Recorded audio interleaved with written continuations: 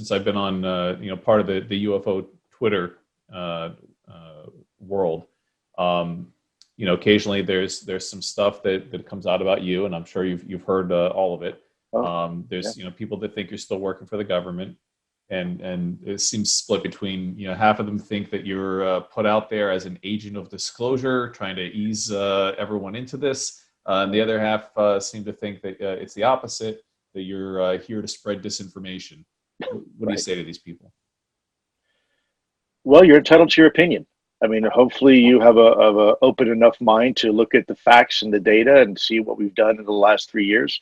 I'm not asking for credit for this, but at the same time, hopefully, God gave us a brain. Please use it. You look at this and rather than reflexively saying, oh, this is a government op, well, what does that even mean? You haven't even worked for the government. How do you know what a government op looks like?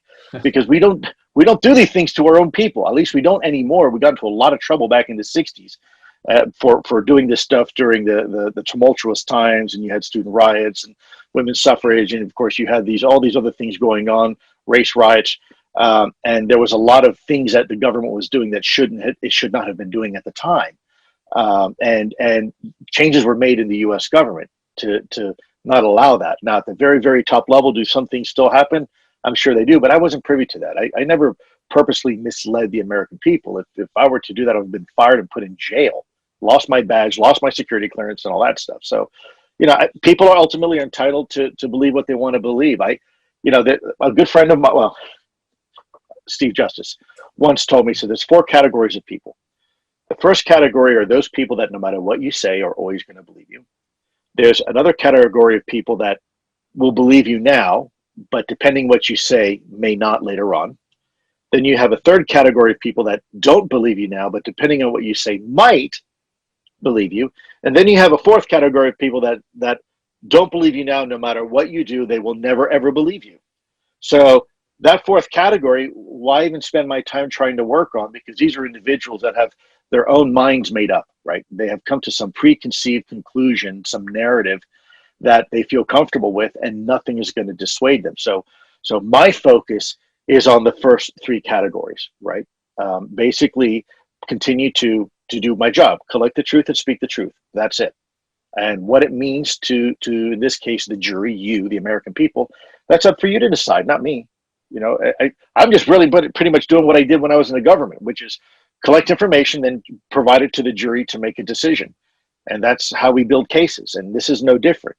And part of that is collecting evidence and then presenting it in a consumable manner for the jury to decide what it means to them. At the end of the day, I don't really care what it means to them. It's their decision.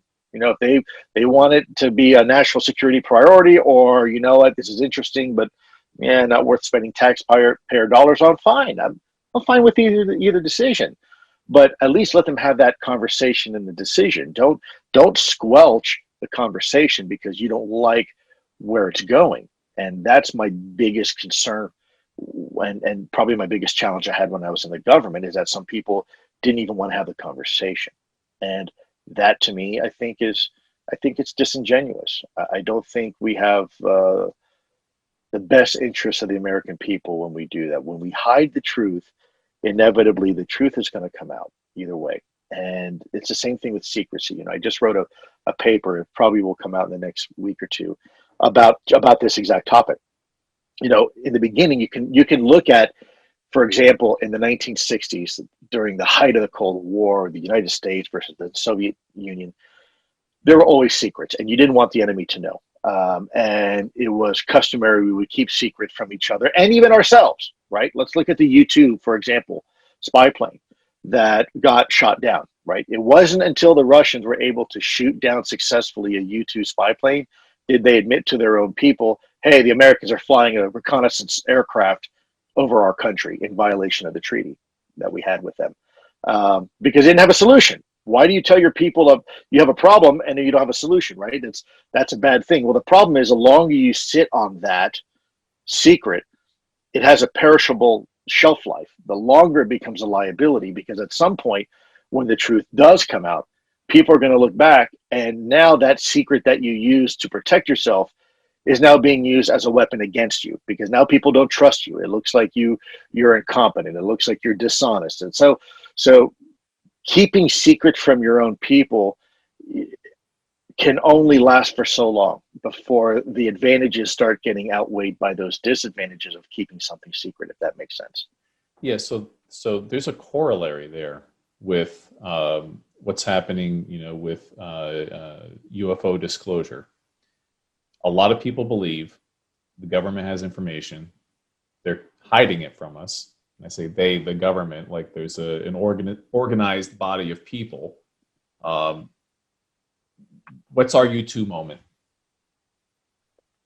Well, I think there's arguments to be said on both sides. We have done things where we've kept information from the American people, and there's a bad track record of that in our country. And unfortunately, with really bad consequences. People have been hurt, in some cases killed. We've done medical testing where we've had, for example, the horrible testing that we did on syphilis back in the day, where we allowed people, human beings, citizens, to die of a disease, even though we had a cure because we were doing some sort of testing. We've done some pretty heinous things to each other, all in the name of national security. So I think it's fair that people can be paranoid, but at the same time, too, this is not your dad's Oldsmobile. Times change. And I will tell you that the vast majority of people in the U.S. government are fair-minded, patriotic, good people. They want to do the right thing. And there are mechanisms and levers in place from Inspector General, IG investigations, and intelligence oversight that prohibits our country from engaging in some of those type of activities that we were engaged in the past. Is it perfect? No, by all means, it's not perfect. There's cracks in the system, and things still happen. But it's a lot better than it was. For someone who thinks I'm a disinformation agent, well, okay. I mean, my answer to that is, well, you're getting what you wanted anyways, right? You wanted disclosure. Here you go. And you wanted your government to take this seriously. Here you go. You wanted people to come forward in the media to talk about it. Here you go. Yeah. Okay. I mean, okay. And, happy birthday. That's pretty much my take on it, Lou. I mean, like if people want to believe what they want to believe, the conversation is absolutely changing now. Is this some sort of secret ploy to fool the American people? Okay, but why? Why would you spend so much time and effort just to play a joke on the American people? I mean, we've got more important things to do. Look at the front page of any newspaper on any single day.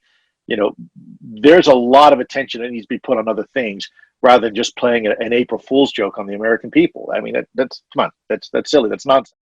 Lou, you've got. I do it because I want to keep people engaged, because I really appreciate everybody's perspectives. But I just want to promote the truth wherever that truth is. A lot of people don't realize I don't get paid for these type of things. I'm actually taking off work to do it because I believe in it so much. You're not paid by the government to spread misinformation? Is that what you're saying? Oh yeah, every day, sure. Yeah, I mean, if that's what certainly these conspiracy theorists like to believe, anyways. By the way, if that's the case, I'm sure not making a whole lot of money doing it. But all BS aside, no, I'm not being paid. It's just information. I'm not still wearing my counterintelligence hat, and I'm trying to deceive the American public. I mean, that's just nonsense. That's that same crap that has held that conspiracy theory that's kept the ufology community behind for 70 years. It's time to grow up. Wake up and stop thinking everybody's out to get you. Yeah, there's been some mistakes done in the past, but there's some people that actually want to see the truth come out. And I'm one of those guys. If you don't like what I have to say, then don't listen. I'm not forcing anybody to tune in and listen. I'm not, forcing you to sit down on a couch. If you don't like what I have to say, this is a free country. Thank God. Go tune into something else.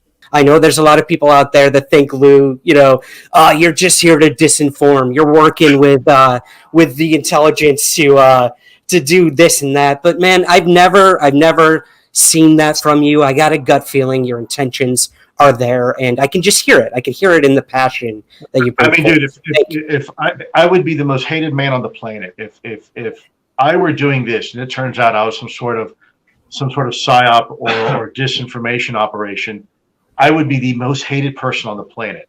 I think my military record speaks for itself. I've never done anything to deceive the American public. We deceive the enemy a lot.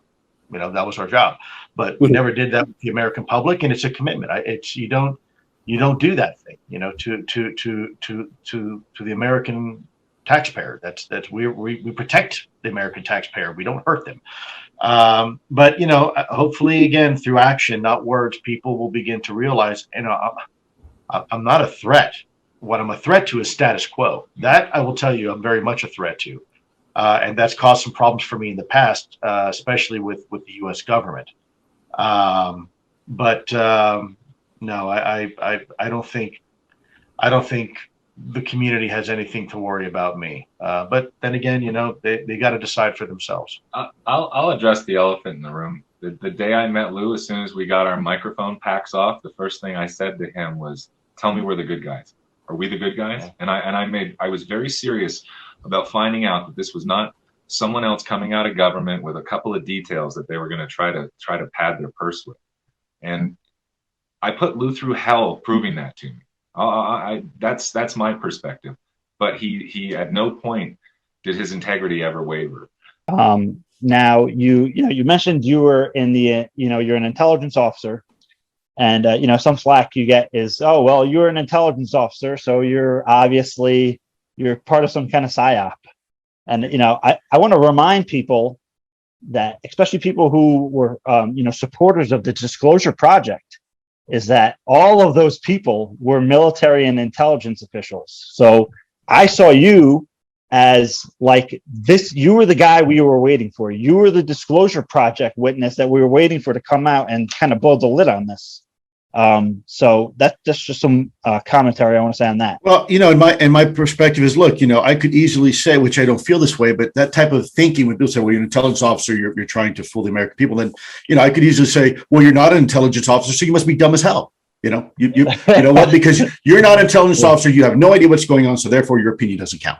And that's not how I feel, of course, but that's the type of mentality when people automatically chuck somebody into a bucket and say, oh, well, you serve your country being an intelligence officer, so now when you come out, I can't trust you. That's the same thing as, well, you were a fireman before, so you'll never be able to touch a pack of matches because, you're an expert in fire. Well, what are you talking about? Yeah. That makes no sense, Yeah. I mean, no, firemen put out fires. Yes, they have to be experts in fire, but doesn't mean you can't trust them with a pack of matches. So that's kind of the mentality that I'm dealing with on a daily basis. And it sucks because they tend to be the most vocal on social media, and they're willing to say these things. But the moment they meet you in person, it's a totally different story. And it's like, guys, just give me a break here. What does disclosure mean to you? Well, I think we'll know it when we see it. I think we're in the process of disclosure right now. I think in 5 years, when we look back, we're going to realize we were in the middle of disclosure. I said before, disclosure is a process. It's not an event. I think disclosure means a willingness to recognize the truth and begin to discuss facts in a way that is transparent and open for all people to participate in. All people, not just one institution, not just one government, not just one country, everybody. And I think that is what disclosure is about. It's the recognition that the Earth is not at the center of the solar system. And, sometimes it's hard to tell that truth in the beginning, but ultimately it becomes self-evident. And I think we are in that process now. I think we are in the throes of realizing that the Earth is not in the center of our solar system. And again, with that, I think there's a lot of hope. I think there's a lot of opportunity there. But let's not jump to conclusions. Let's maintain the course of being diligent and deliberate and methodical, and open-minded to the best of our ability, while trying to maintain our dedication to the scientific process.